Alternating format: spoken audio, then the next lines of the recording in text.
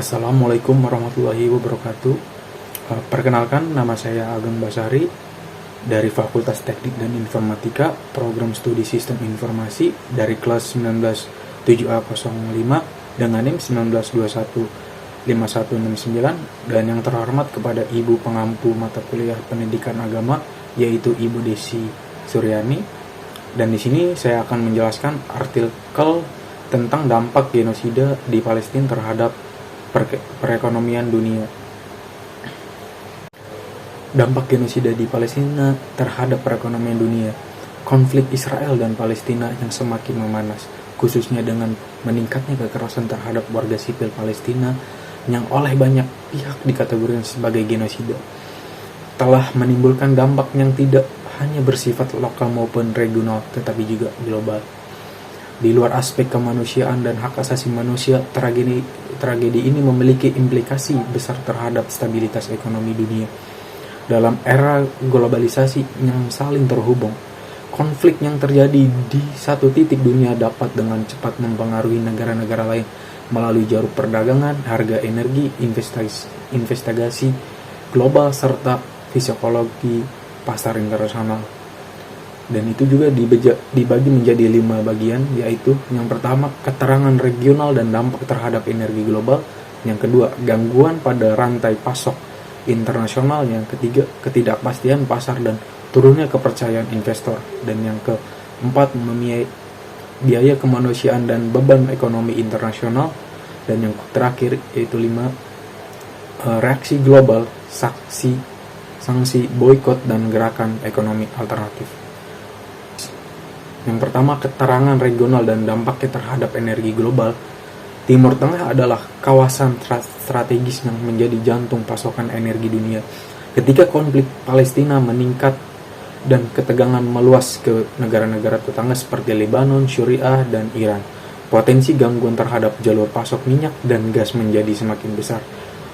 Terusan Suez di Mesir, yang merupakan jalur vital perdagangan global, menjadi salah satu yang terancam jika konflik meluas. Ketidakpastian ini memicu lonjakan harga minyak dan gas di pasar dunia. Negara-negara yang bergantung pada impor energi seperti negara-negara Eropa, Asia Tenggara, dan sebagian besar Afrika merasakan dampaknya langsung dalam bentuk meningkatkan biaya produksi dan distribusi. Hal ini kemudian mendorong inflasi global yang memperlambat pemulihan ekonomi pasca pandemi. Dan yang kedua, gangguan pada rantai pasok internasional. Konflik berkepanjangan juga mempengaruhi kepercayaan investor dan pelaku logistik internasional. Ketika keamanan wilayah terganggu, banyak perusahaan multinasional mulai mengalihkan jalur distribusi mereka ke rute alternatif yang lebih mahal dan tidak efisien. Akibatnya, biaya logistik meningkat dan terjadi keterlambatan pengiriman barang, termasuk bahan baku dan komoditas penting. Sektor manufaktur, otomotif, dan elektronik adalah yang paling terdampak akibat ketergantungan pada efisiensi rantai pasok global. Dan yang ketiga, ketidakpastian pasar dan turunnya kepercayaan investor. Genosida di Palestina juga menciptakan ketidakpastian politik dan ekonomi yang berpengaruh pada perilaku investor global. Pasar saham cenderung berfluktuasi tajam saat terjadi eskalasi konflik, dan investor mengalihkan aset mereka ke instrumen yang dianggap lebih aman seperti emas atau mata uang kuat. Ketidakpastian ini memperlambat aliran investasi asing ke negara-negara berkembang dan memicu kekhawatiran terhadap resesi global. Selanjutnya, yang keempat, biaya kemanusiaan dan beban ekonomi internasional. Krisis kemanusiaan yang ditimbulkan dari genosida seperti pengungsian massal, kerusakan infrastruktur, dan hilangnya mata pencarian menjadi beban tambahan bagi lembaga-lembaga internasional dan negara donor. Bantuan kemanusiaan berskala besar memerlukan $2 miliar, sementara negara-negara donor sedang berjuang menyeimbangkan anggaran pasca pandemi dan krisis iklim. Dana yang semestinya bisa dialokasikan untuk pembangunan pendidikan dan kesehatan akhirnya harus diarahkan untuk menanggulangi konflik dan dampaknya. Dan yang terakhir yaitu 5, reaksi global, sanksi, boikot, dan gerakan ekonomi alternatif. Tingginya kesadaran masyarakat dunia terhadap tragedi yang menimpa Palestina juga mendorong gerakan ekonomi berbasis etika seperti boikot produk tertentu, kampanye divestasi, hingga tekanan terhadap korporasi dan pemerintah yang mendukung agresi.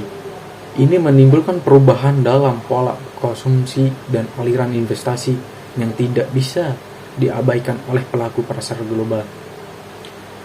Di sini saya menyimpulkan genosida di Palestina bukan hanya krisis kemanusiaan, tetapi juga merupakan peristiwa yang memiliki efek riak terhadap perekonomian dunia. Gangguan pada energi global, rantai pasok internasional, investasi, dan tekanan terhadap stabilitas pasar menunjukkan betapa salingnya terhubungnya sistem ekonomi global saat ini. Dalam menghadapi situasi ini, pentingnya bagi komunitas internasional untuk tidak hanya bersuara secara moral, tetapi juga mengambil langkah-langkah strategis untuk meredam dampak ekonomi yang lebih luas.